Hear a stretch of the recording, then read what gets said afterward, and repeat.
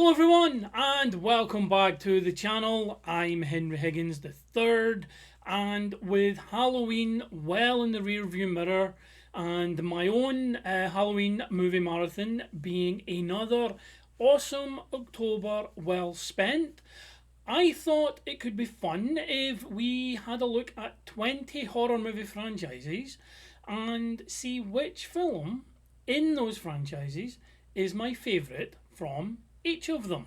However, There are certain rules. rule number one, there must be at least 3 movies in the series. Rule number two, I personally must have seen at least 80% of that series. So this means that if your favourite franchise is missing, such as Paranormal Activity, Insidious, The Conjuring, it will be because I haven't seen them. And I haven't seen enough of them to give them a fair shake, essentially. Remakes and their sequels do count as part of the overall series for this list. However, rule number 4, crossovers will not be counted. And rule number 5, the majority of the franchise must be primarily horror based. So, as an example, The Terminator is one of my favourite movies of all time, and the original is definitely a horror movie. It's essentially a sci-fi up slasher film. But from T2 onwards, the horror elements were reduced each time in favour of more action-orientated flavour, so it cannot be included here. There will be franchises that skirt on the line of this, but they do not, in my opinion, cross it. So with that out of the way, let's get the ball rolling with the first entry. So we're kicking off in at number 1. We're starting with the Living Dead series, and we're going to stick with the films from George Romero, Dan O'Bannon and Zack Snyder only to make things easy on ourselves, because due to the original Night of the Living Dead being a public domain property, and that's a story in itself which is well worth looking up if you get the time. There are many iterations that are quote unquote official and unofficial for this franchise. So to that end, sticking with the main 3 series that I am familiar with and the main series that most people will know, I'm going with the top spot on this franchise being Zack Snyder's Dawn of the Dead. Now, a common misconception, just to get this out of the way, it didn't introduce running zombies as the original Dawn of the Dead had kid zombies running around, but Zack Snyder's Dawn of the Dead was the first to really go all out on the concept, and the result was fascinatingly frightening. So this film did, and if you've been a long time viewer of the channel, you know I'm an advocate for remakes and why nothing should be considered sacred. A remake is not replacing the original film, and a remake can tell its own story. So this film did what every remake should strive for. It takes the original concept, honours that original concept while making the story and the film and everything else their own. It's a modern update with a great cast, fantastic zombies, awesome gore effects, and it has a killer, no pun intended, a killer ending. I rewatch Dawn of the Dead regularly. If you haven't seen it, I urge you to watch it. It is stunning in its own right. As I say, it's a perfect adaptation and update of the original. Everything about it just works, and it's definitely, for me, the peak of the Living Dead franchise. Number 2 on the list, because they're not in any order, we're just doing 1 through 20. So number 2 on the list, and from all the movies on the list, Jaws is likely to be the film seen by most. The sequels were of constant diminishing quality. I think 2 is a really great movie. It's not as good as the first one, so spoiler, Jaws the original is my pick for this. And 3 has its own charm. 4, Jaws the Revenge, is awful. but it is such a funny comedic film for all the wrong reasons. I would still recommend you watch it with that in mind. But the original Jaws remains as close to a perfect movie that there ever has been. From the top opening, lone female swimmer in the ocean, don't see what does her in, but it's tense. Through to the drama that just builds and builds through the runtime, all the way up to the proper first reveal of the shark and that infamous quote of needing a bigger boat. All the way through to the fist pumping climax. Jaws just delivers on every level. It really, really does.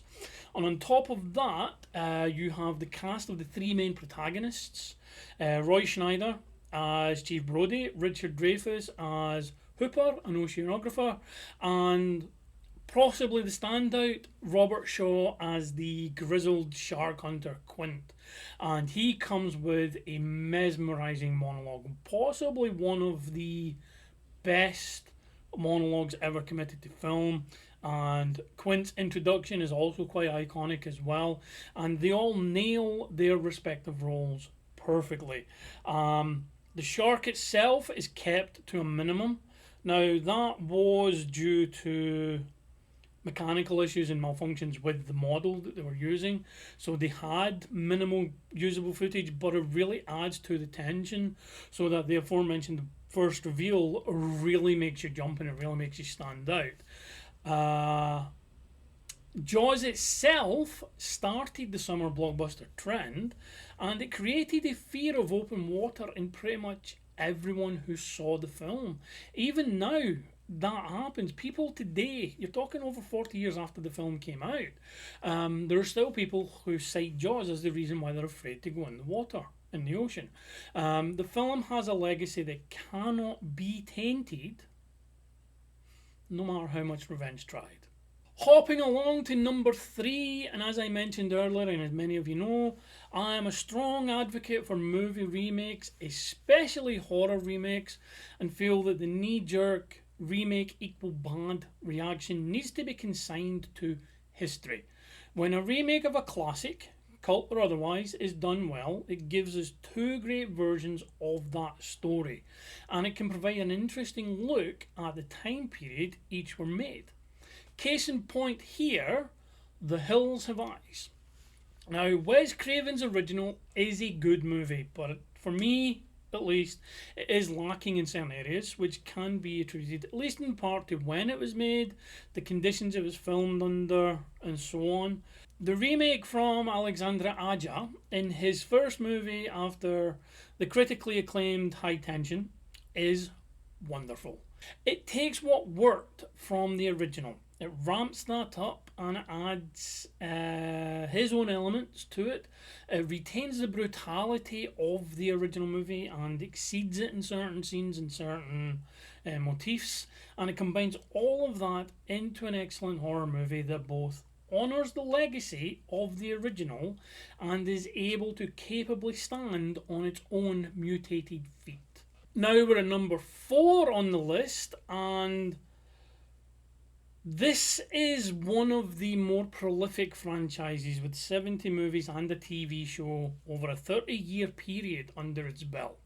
That, based on what it started as, for it to have that is amazing, because it's hard to believe that it all started with a low-budget B-movie level creature feature back in 1990. Now, Tremors, the first one, is my pick for the best in the franchise. None of them ever got as good as that one. That could also be the novelty of the original compared to, obviously, we know what we're getting into with the sequels, and then there's also, like, they have to build on it, and in some of them it didn't work for me. But the original is amazing, and it's helped immensely by the buddy dynamic between Fred Ward and Kevin Bacon, along with a great cast of supporting characters. Tremors, for me, it really excelled with a creature design that was just exaggerated enough that you could picture the graboid existing in real life, while knowing obviously it's a fantastical movie, and also had some wonderful practical monster effects that really sold the size and the weight of these things, and what they could do to a human being. The original Tremors is a fun romp, and it has some surprisingly gory scenes considering the camp comedy nature of the overall film, but Tremors created an aftershock still being felt today. Reaching the quarter-way point, and at number 5, do I have some sights to show you. The Hellraiser franchise started strong, then it lost its way quite terribly at times with some dire sequels, dire sequel after dire sequel, then picked itself back up again with the remake / reboot in 2022, which I thoroughly loved. But one of the issues with the latter sequels is that the movies themselves did not start out as Hellraiser entries, and the scripts were tweaked to fit Pinhead and the Cenobites in, and in a few of them it clearly shows. Unfortunately, that created like a disjointed mess, though from the latter sequels I really did enjoy Hellraiser Inferno quite a bit. However, with all that said, the first 2 sequels were scripted as Hellraiser follow-ups, which is why they remain, for me, the strongest across the series. Hellraiser 3 did lose a lot of the more cerebral elements that come with Pinhead and his crew, but it was still fun. The nightclub scene is iconic, and the new Cenobites work for that story. But that said, while the original is a classic, and deservedly so, Hellbound Hellraiser 2 is where, for me, the series peaked overall. Expanded on the lore created in the original. It gave the Cenobites some tragic backstories. Some people don't like that. I thought it was really nicely done. And that includes Pinhead himself, exploring their version of hell and the Lament configuration puzzle box in general. And one of the things I loved, especially about the earlier Hellraiser movies, Pinhead and by extension the Cenobites themselves, they're rare in the horror world as they can be bargained with, they can be reasonable. No. It is not hands that call us. It is desire. And they have an air of refinement, especially again Pinhead, that's usually lacking in your typical horror villain. So all of that, and the story of how Elliot Spence became Pinhead and such like, Hellraiser 2 is the one that I rewatch more than the others, and overall for me it is the best in the franchise in my opinion. Trotting on over to number 6, and it's another entry and another remake getting the nod over the original. You can put your pitchforks down, I'm going to explain. So, with that being said, this was a razor-thin decision, possibly as razor-thin decision than any other entry on the list. But Fright Night is the franchise, and Fright Night from '85 is an absolute classic, no doubt about it. The casting, the story, the effects, the design for the vamped out Jerry, the balancing act of comedy and horror, all of it was on point. But for me, Fright Night from 2011 just pips it on all of those categories. Colin Farrell, who is doing amazing work the series is just finished as I'm recording this, the Penguin, totally immersed himself in that role that at times if you weren't told it was Colin Farrell you would never know. He is in this movie in Fright Night, he is equal parts frightening and alluring as Jerry Dandridge. The late great Anton Yelchin, sorely missed as an actor, he excels in this as Jerry's foil Charlie, while David Tennant is magnificent in the role of celebrity vampire hunter Peter Vincent. For me, the remake 2011 Fright Night, it nails everything it goes for. It absolutely gets it right, and it's a delight to watch. And additional points for the Chris Sarandon cameo. We obviously played Jerry Dandridge in the original.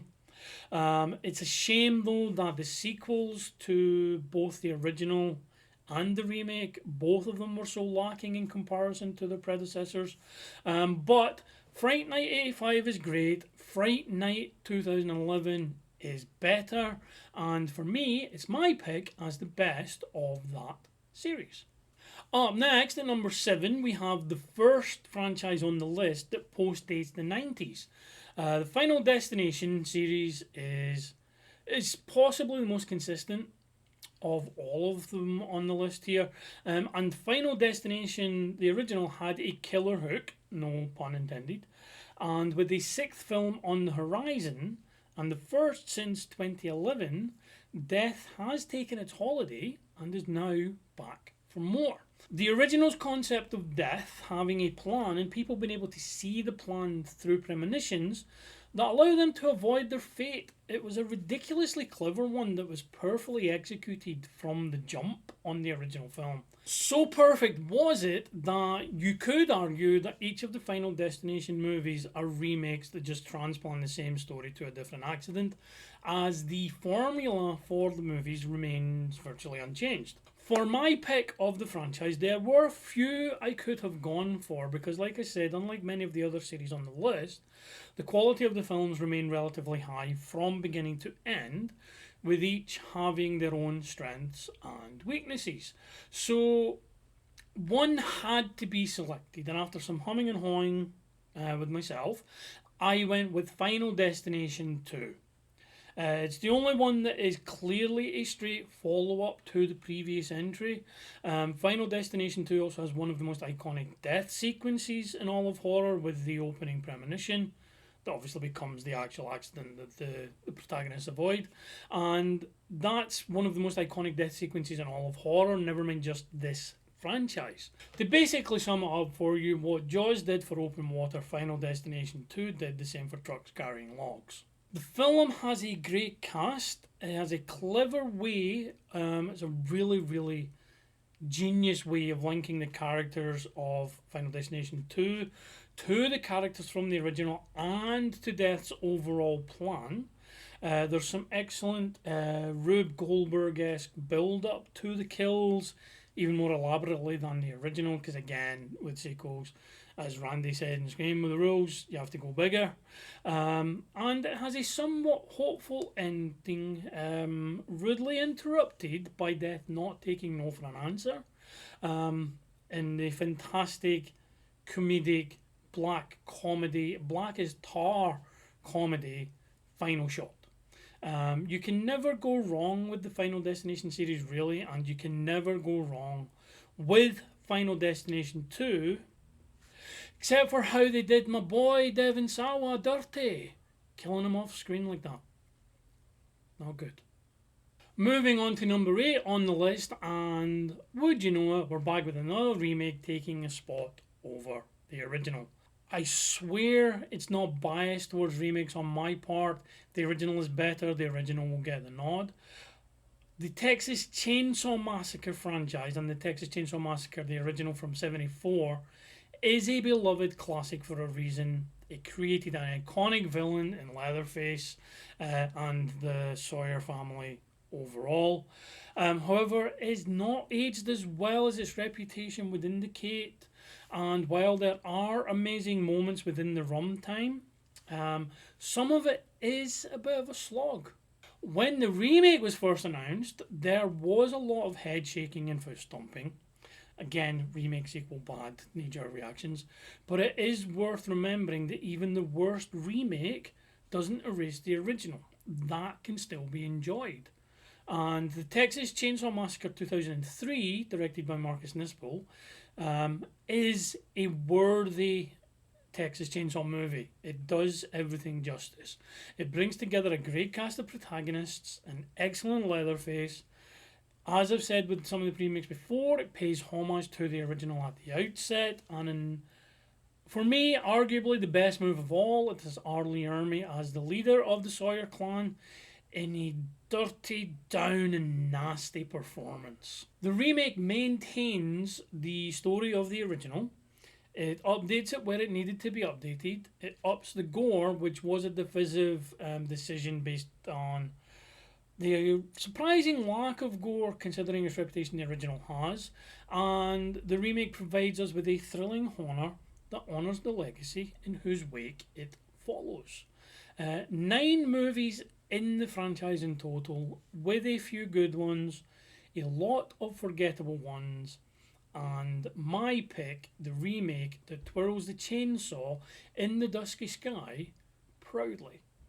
Almost at the halfway point as we go on number 9, and Critters is another franchise that covers multiple decades, though with only 5 entries in total. There is a TV show as well, and the third movie introduced the world to Leonardo DiCaprio. There's a claim to fame for the franchise. The fourth took us to space, which is usually the refuge for when a horror franchises run out of ideas. But as the Christ themselves came from space originally, that at least makes sense here for these ones. But for me, the second film is where it all came together.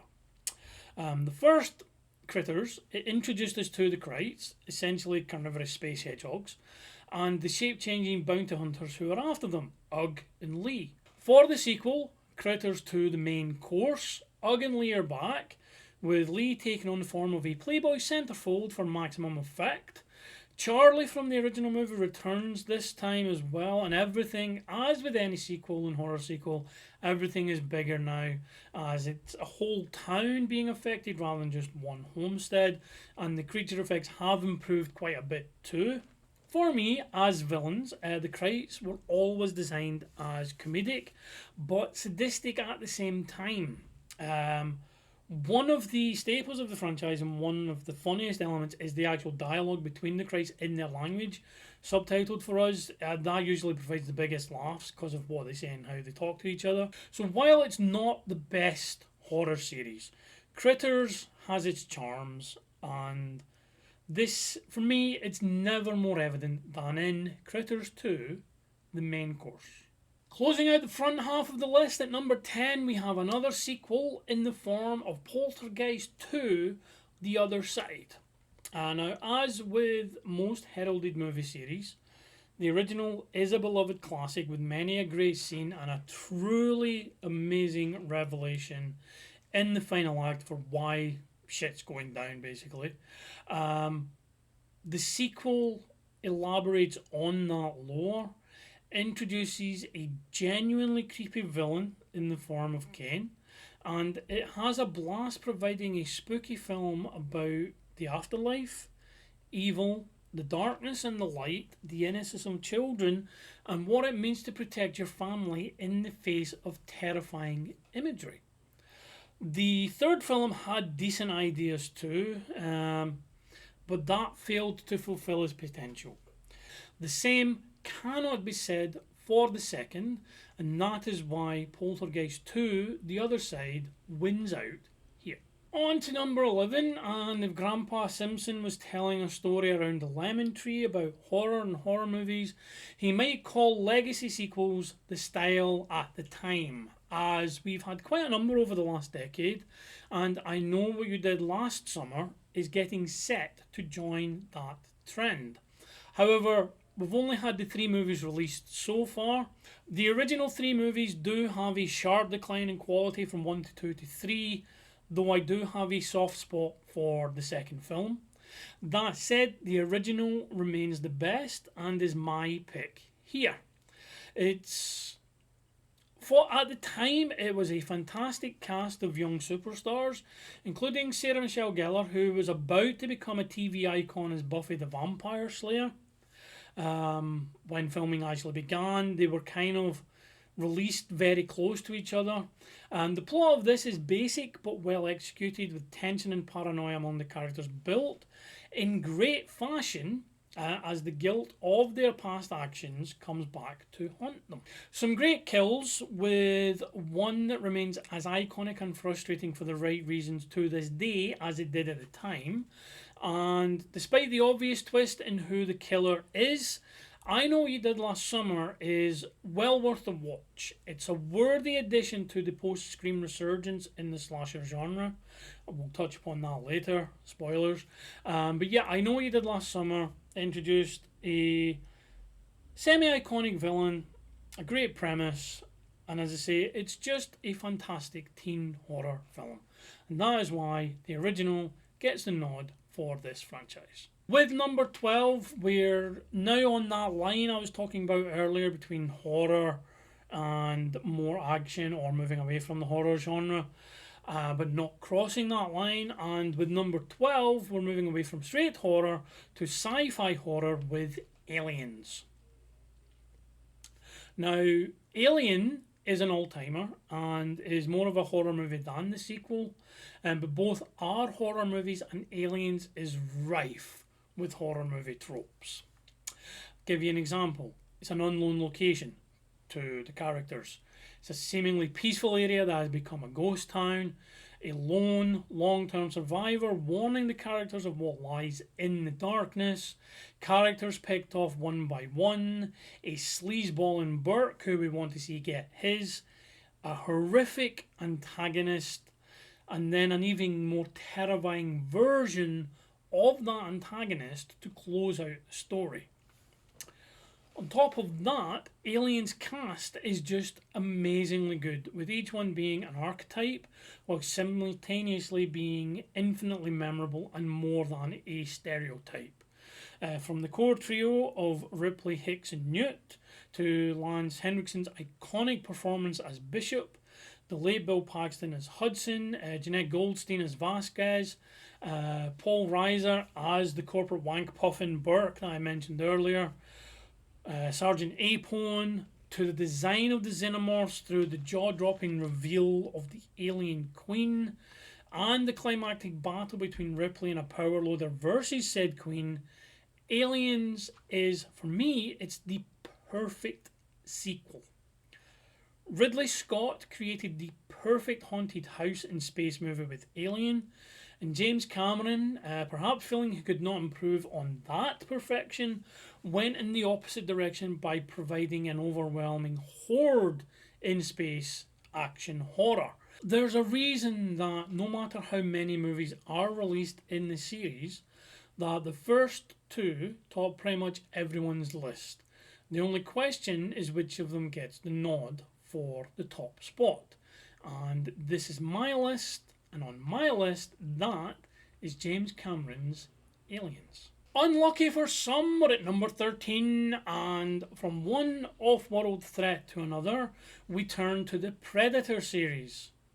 Now, as mentioned at the start, crossovers are included, so no Aliens vs Predator here. And again, this is skirting that line, that horror line I mentioned at the beginning as one of the rules. But for me, it doesn't cross it. It comes close, but it doesn't cross it. So the crossovers are included. That leaves us with 5 movies to choose from, with only The Predator really disappointing on its promise. And even that had some standout scenes. I almost went for the most recent film, 2022's Prey, as that was a phenomenal return to form, and it's a damn great movie in its own right. But after tossing it around in my head, I've gone with Predator. I've gone with the one that started it all.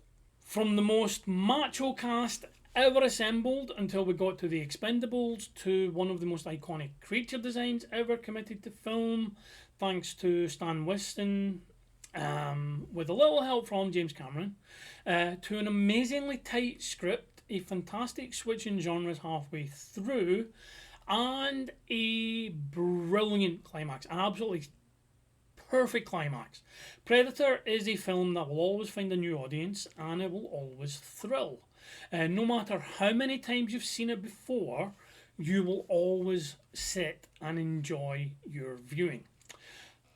That said, I do have an issue. My one issue with the film, just the one, is that to this day, I wish they had excised the opening scene of the spaceship dropping off the Predator. Because back in 1987, it was much easier to stumble across a movie without knowing much about it, without having seen any trailers, without really hearing a lot about it. And had you managed to go into Predator blind, and that opening shot was removed, you would be forgiven for thinking you're watching your classic Arnie movie, your classic mid to late 80s Arnie movie, where a force of buff US Black Ops troops go to a fictional South American country to overthrow a dictator and free hostages. And for the most part, that's what you get for the first act. Carl Weathers and Arnie meet up. You get informed by a show and tell greeting that these guys have a past. We get the team introduced on a great helicopter ride. They find the baddies. Arnie lifts a jeep, because of course he does. They shoot and stab the bad guys, and they win the day. But hold up. You think to yourself, we're only 30 to 40 minutes into this film. So you're thinking, what could be happening next? And then, bam! Your world is rocked at the slow reveal of the hunters becoming the hunted and what is lurking in the jungle. Everyone then gets picked off one by one, some fantastic dialogue, some fantastic scenes. Third act is iconic Arnie versus the Predator, guerrilla warfare, and it just leaves you wanting more. So that's a small complaint, the opening scene. It's a small complaint, sure, but the whole dynamic of the movie changes if you don't see that opening scene. But regardless of that, Predator is up there with Arnie's best, it's up there with the 80s action movie best, and it's one of the best sci-fi horror movies ever made. So that is why Predator gets the nod over the rest of the series. Jumping back to more traditional horror for number 14, and one of my favourite horror villains, Charles Lee Ray, also known as Chucky. The original Child's Play is a wonderful movie. The idea of a killer doll inhabited by the soul of a dying serial killer, thanks to the power of voodoo, could have been pure 80s schlock in lesser hands. But Don Mancini's script, Tom Holland's direction, and Brad Dourif's amazing voice work as Chucky lifts it to heights of almost universal adoration. Thanks to how effective that introduction was, we are now 8 movies deep into the franchise, including the Mark Hamill voiced Chucky in the 2019 remake. And the remake itself is actually pretty good.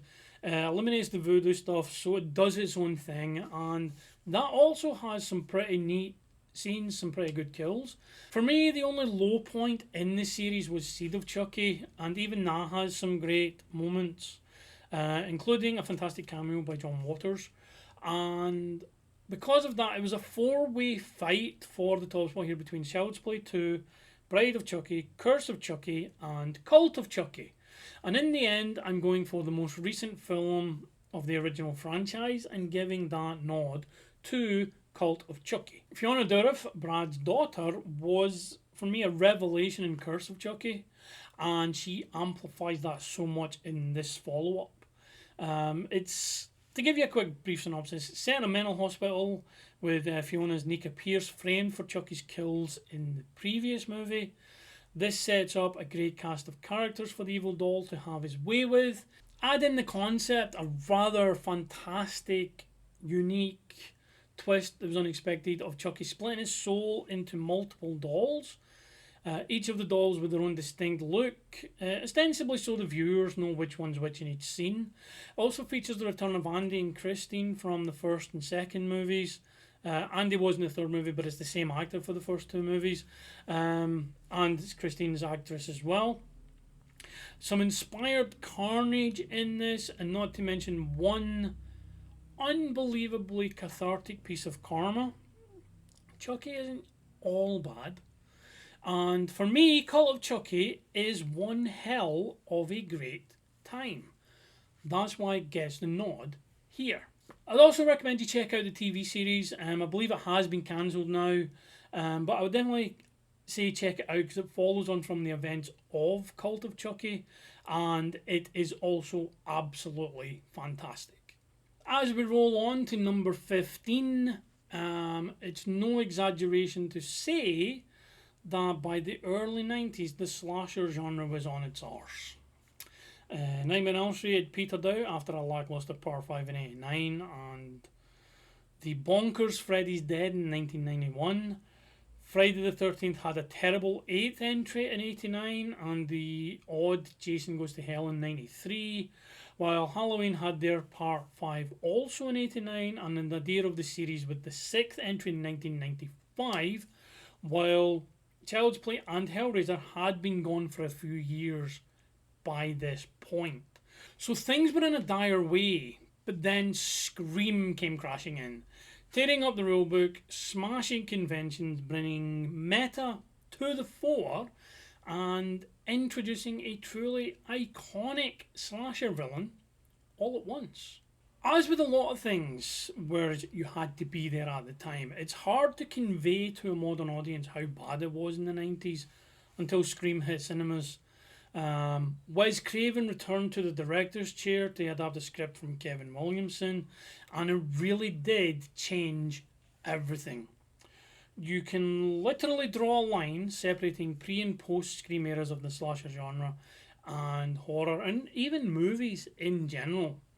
We're 6 movies in. There's a 7th on the way, although there's some behind the scenes drama there that's putting a lot of people off. So at the moment we're 6 movies in, and the original remains my favourite. It created the formula, it established that the rules of surviving a slasher movie will be turned on their head, and while those rules will also be honoured, and the twist of there being 2 killers under the Ghostface mask was also brilliantly done. Talking of that mask, and talking of Ghostface, Ghostface himself is an interesting and unique villain in the horror and slasher genre, because it's literally a costume used by many killers over the series. There is no actual ghost face. The character comes back from the dead like your classic slasher villains, but only because it's a legacy portrayed by new characters each time out. The only constant is Roger L. Jackson's iconic voice, being used by all thanks to the inspired idea of using a voice changer to hide the true killers' identities. So you get the same killer when masked and on the phone when talking through the voice changer, so it keeps you in that mindset, but you don't know who's under the hood. You can make your guesses, and a lot of times you'll be right, but you don't know who's under the hood until that reveal at the end. And as I say, the original Scream introduced the concept. It had the best characters, it had the best ghost faces, the killer twist, some really brutal kills, and the best opening possibly in all of horror, definitely up there fighting Final Destination 2 for that honour, and it left a legacy that carries strong to this day.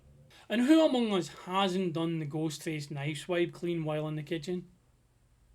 Just me? Okay, moving on. Going on, we're heading down the final straight now, and following an iconic character in the last entry, an iconic character of the 90s, that caused a resurgence in the genre, we move on to an iconic character introduced in the 2000s, and one that also caused a resurgence in the genre. I am, of course, talking about John Kramer, the Jigsaw Killer. Now, following a short of the same name, James Wan and Leigh Whannell, they expanded the concept to a feature film and inspired so much of what followed in its wake. The idea of the original Saw is simple. It's 2 guys who don't know each other, wink wink, who wake up in a dirty bathroom and they find that they are chained by their ankles to metal pipes on the wall and with hacksaws nearby. A mini tape player is activated, they are told why they are here, what they must do to escape, and then one realises the saws cannot cut the chains, but they can cut through flesh and bone. So they are effectively being challenged to cut off their feet to escape. What follows from that is a masterclass in misdirection and tension, great performances by all in the movie, an amazing twist that is regularly featured near the top of all-time reveal lists, and that reveal brings with it the fantastic Hello Zep by Charlie Clouser, who did the soundtrack for the whole film, but that Hello Zep scene and that Hello Zep music It was instantly iconic.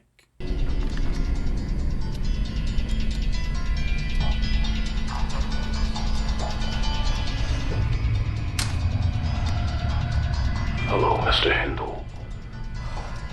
Or as they called you around the hospital, Zap.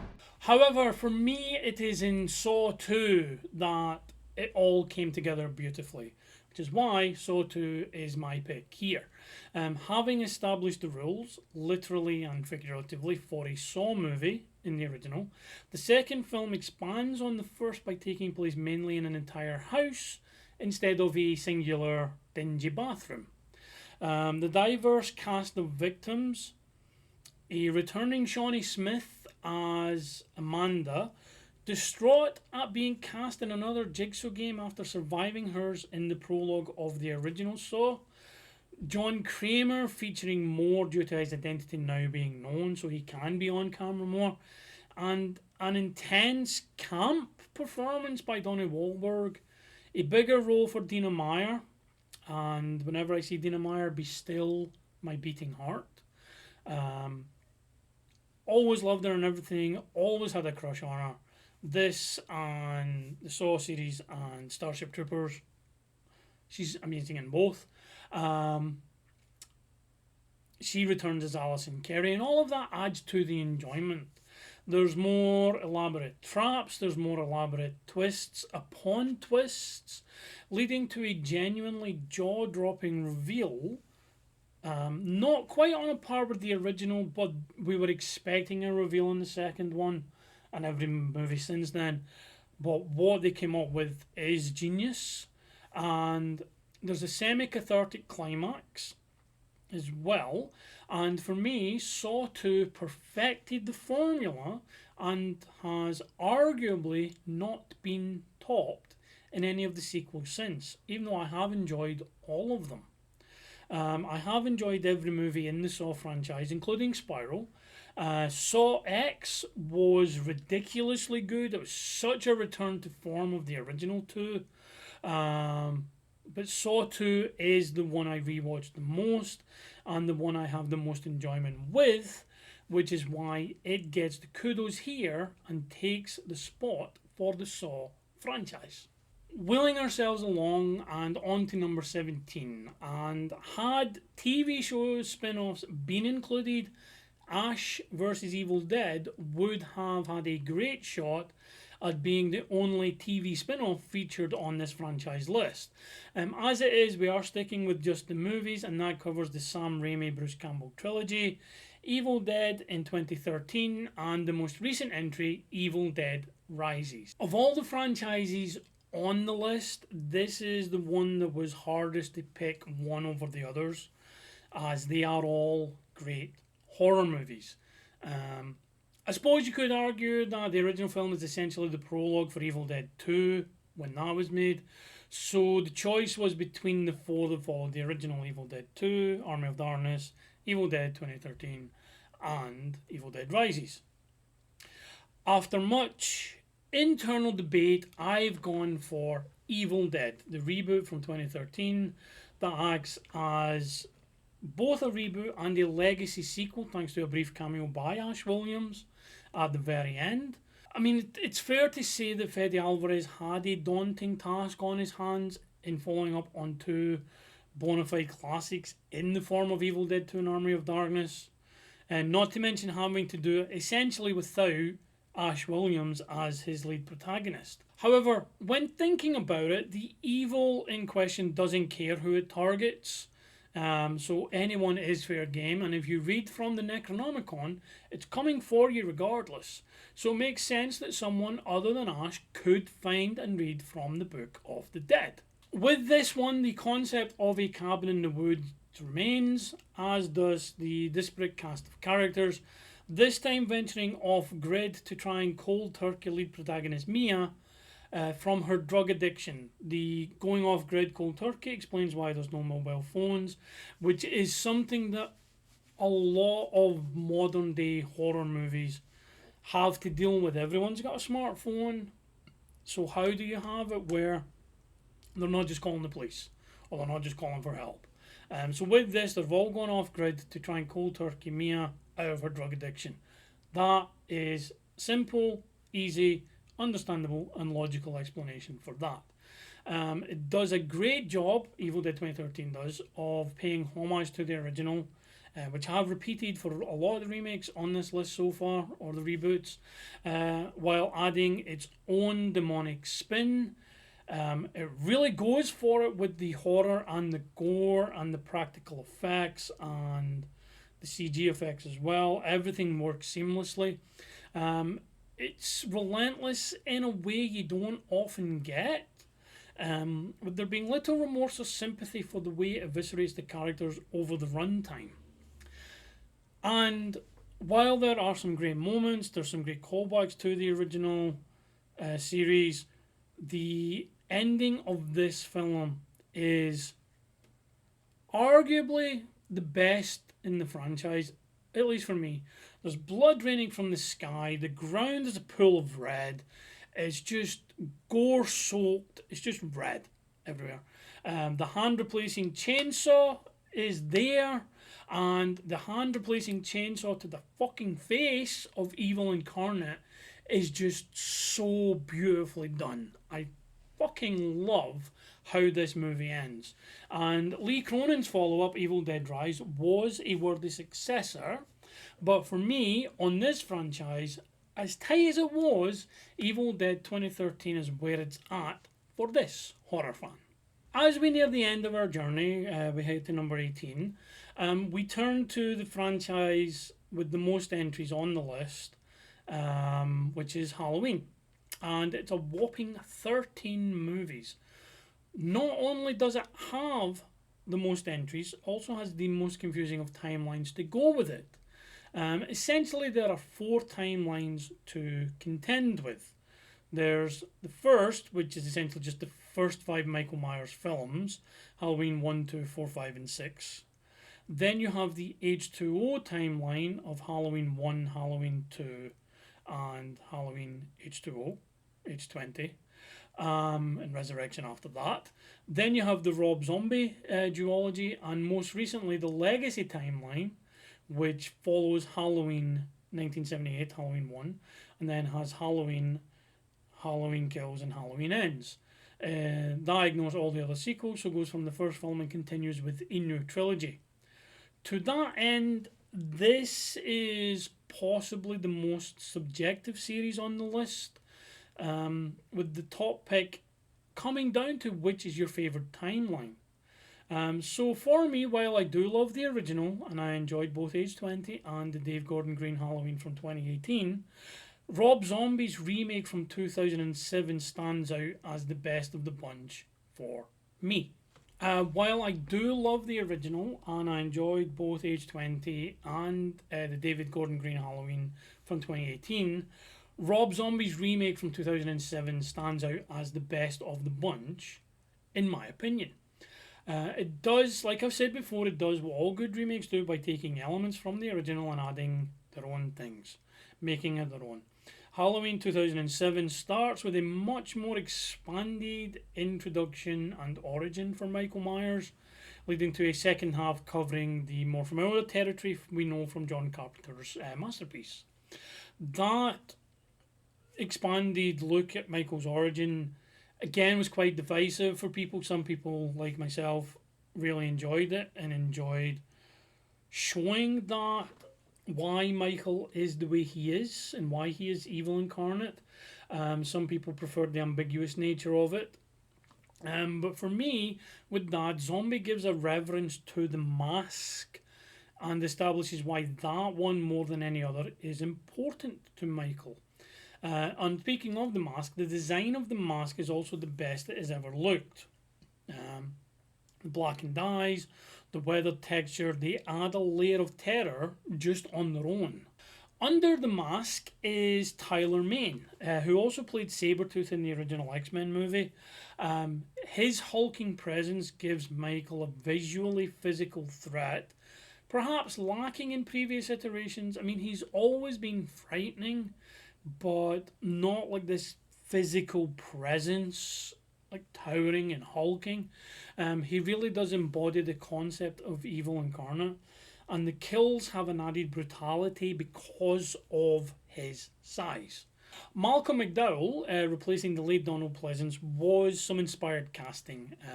He wisely plays his version of Loomis differently, creating his own version of the character. It was kind of ruined, I think, in the second one, but in this one he is excellent foil for Michael. Scout Taylor Compton is awesome as Laurie Strode. She's ably supported by horror stalwart Danielle Harris, who returns from the original Halloween 4 and 5. Brad Dourif is in a more heroic role for a change. Danny Trejo's in there. I've actually got a signed picture of Danny Trejo in his Halloween character with Michael. Udo Kier is in there. Bill Moseley, Sid Haig, Ken Foree from the original Dawn of the Dead is in here. He has a nice cameo. And of course, it wouldn't be a Rob Zombie movie if we didn't have a role for Sherry Moon Zombie, who this time plays Michael and Laurie's mother, Deborah Myers. The sequel to this is possibly the most opinion-splitting film in the franchise, but Rob Zombie's Halloween is everything I want in a Michael Myers movie, in a Halloween movie, and for that reason, it takes the top spot on the list for the Halloween franchise, convoluted timelines and all. Number 19, the penultimate entry on the list, and it finds us coming face to face with arguably the horror icon of all horror icons in the form of Freddy Krueger. With 8 movies in the series, including the 2010 remake, A Nightmare on Elm Street is, for me, the most varying in quality of the horror franchises we're featuring here. When the films are good, they are very good. When they are bad, they are very bad. So for me, the good ones are 1, 3, 4, New Nightmare, while the bad are 2, although I'm coming around on it, 5 and 6, even though it has an interesting idea of going into Freddy's dreams. But especially the fifth. The fifth really did shit the bed big time. However, the highs of the original and Dream Warriors are truly epic in nature, and are definitely the most rewatchable from the main timeline of the Nightmare on Elm Street movies. And I mention the main timeline because my favourite from the franchise actually takes place outside of the movie chronology and is instead set in the real world. Coming a full 2 years before Scream, looking back at Wes Craven's New Nightmare, it's easy to see that Craven himself was testing the basic concepts that would be fully established in Scream in 1996. It brings back some legacy actors. Helen Langenkamp comes back as Nancy, Robert Englund as Freddy, John Saxon as Nancy's father, and Tuesday Night makes a little cameo as well. Had a big crush on Tuesday Night back in the day, as well as some behind the camera talent in the form of Robert Shea and like Wes Craven himself. New Nightmare's story revolves around an ancient evil that is held in place, held at bay by the world's storytellers. And his most recent binding was in the scripts from the Nightmare on Elm Street movies. But since the series has ended, the evil can now venture into the real world. And as it loved being in the fictional form of Freddy Krueger, it has now taken that form and manifested him for real. It's manifested as him for real.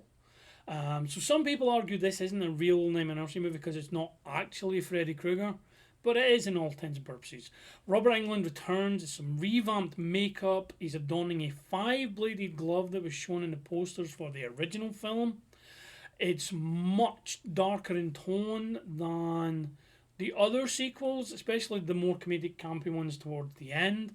Freddy himself is dressed in a dingier and grungier outfit, and it's many levels of more menacing for it. Especially in his delivery of some killer lines. There's one line in particular Miss me.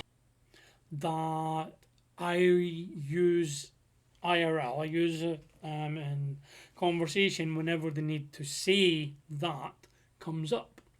Heather Langenkamp gives a great performance as an actress who cannot escape her legacy as a character in a horror movie, having to inhabit that character one more time. And it actually plays to the strengths of how amazing Nancy was as a character and how well she played it, that she's only in 2 of the 4 previous movies. And she was a supporting character in 3, she was the main character in 1.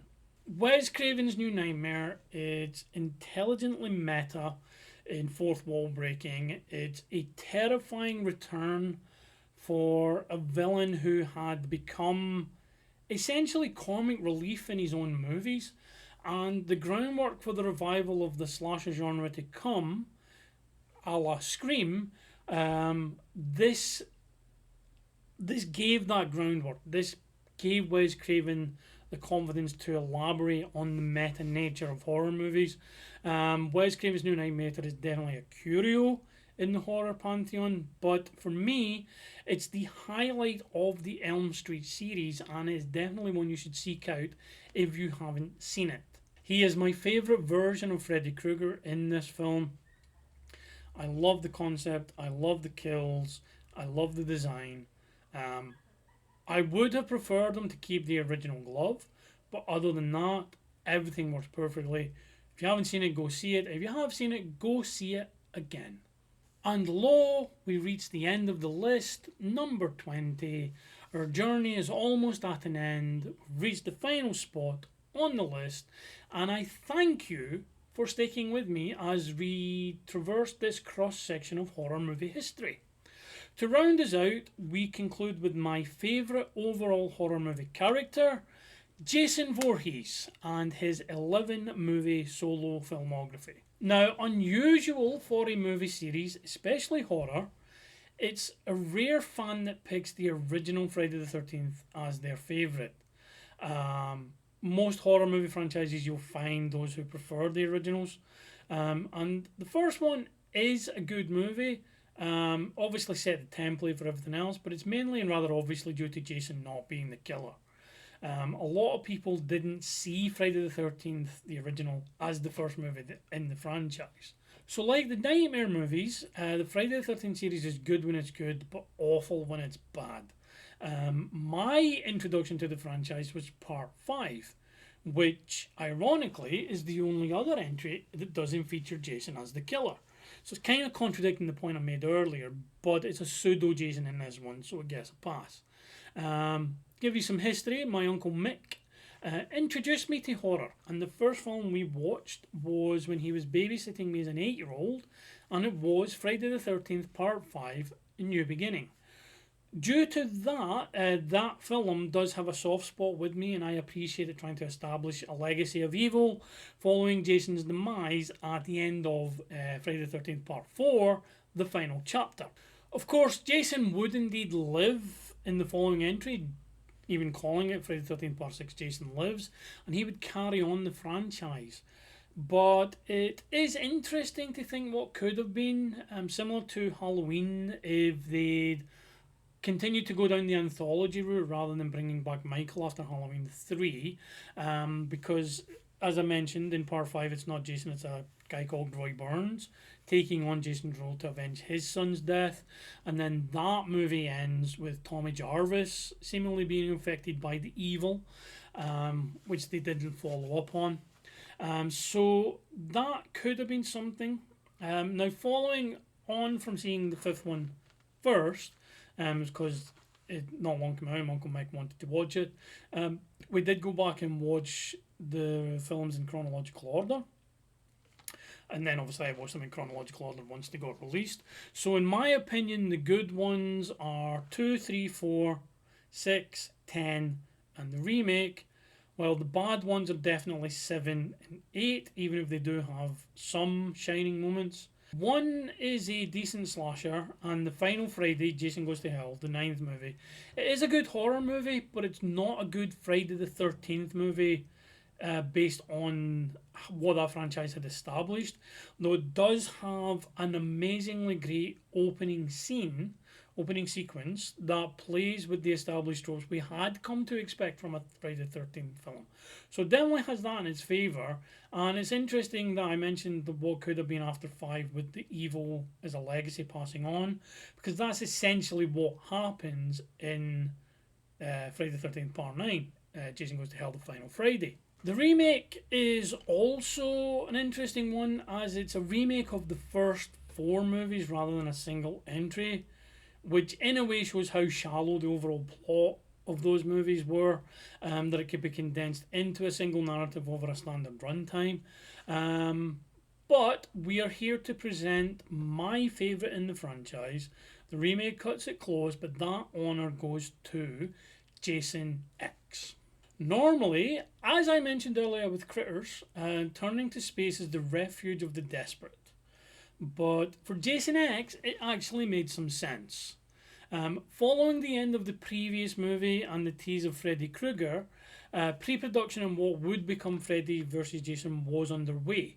And it would be another 12 months before the crossover actually hit cinemas. So the studios wanted a new movie out to keep interest in the character, but to avoid any potential conflict with the setting and plot of Freddy vs. Jason, it was set in the then future 2008 before fast forwarding to 2455. That way they could do what they want without creating any anachronisms for Freddy vs. Jason. Plus they could have some fun with having Jason in a brand new setting away from the usual camping sites. Kane Hodder returned for the final time. Kane Hodder is the only person who has played Jason more than once. Credited, Ken Kersinger did play him for a couple of scenes in Friday the 13th Part 8 and also played him in Freddy vs. Jason.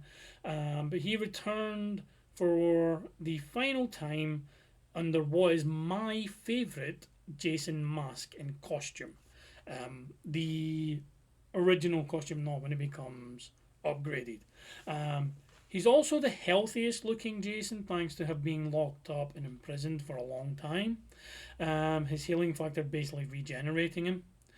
David Cronenberg has a fun cameo. The opening scenes with Cronenberg leading to why we're in the future are pure distilled slasher horror tension and release, and the concept for how they make it to the future and why that technology was there present in the first place all makes sense. Once we're in the future, that's where the fun really begins. We have your typical cast of character stereotypes, along with Lisa Doig as Rowan, the only other survivor from 2008, the present day. You have Lisa Ryder as KM-14, Christy Angus as Adrian, Jason's first victim on the spaceship, and perhaps the greatest kill in the entire series. Definitely up there, the greatest kill in this movie.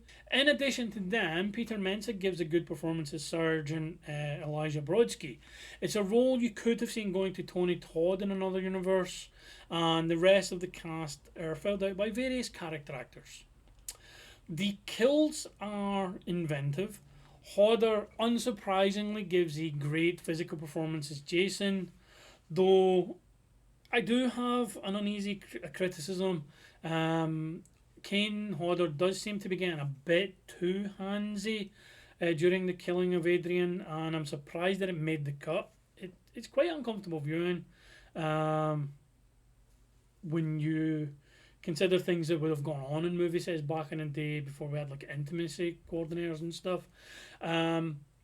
The reason for the upgrade into Uber Jason is logical for the story being told. It's really well done. And then there's a holodeck sequence to confuse Jason that is inspired with some pseudo-satire that just nails the 80s tropes, but for what they are, and plays them for laughs. Jason Voorhees is my favourite villain. I mentioned it earlier. I've cosplayed him as a number of times. This is my favourite version of Jason, and I rewatch Jason X multiple times a year. My one minor gripe, and it is similar to the one from Predator earlier, is that I wish they had kept Uber Jason a secret to be revealed in the movie itself. I understand why they didn't. but like from Predator, from Dusk Till Dawn, if you go into these movies blind, and like say with Predator, if that original scene wasn't there, if you went into this movie blind, not having a clue about Uber Jason, when that reveal happened, you would have fucking exploded. It was really well done. But other than that, this is just the perfect pizza and beer horror slasher, and I absolutely love it. I think it just captures what works with the Friday the 13th films, with Jason Voorhees, and just does a great job of taking it from the Camp Crystal Lake, the campsites, and putting it in somewhere else. And also, on a side note, before we toodle off here and bring this list to an end, can we please bask in the glory of a franchise that has the balls, has the chutzpah to have both a final chapter and a final Friday, and for neither of them to be the last film in the series. And there we have it, 20 horror movie franchises and my favourite film from each one. Let us know in the comments below if you agree with the picks, if you disagree with the picks and what you would have chosen instead, and if there are any franchises not featured that you would have included instead. I thank you for spending your time with me as we journeyed through this little potted plot of horror history. Do keep an eye on the channel for future features and unboxings. Plus like and share this video, subscribe to the channel, tell your friends about the channel so we can grow. Look after yourselves, look after each other, and I will see you on the next video. Goodbye.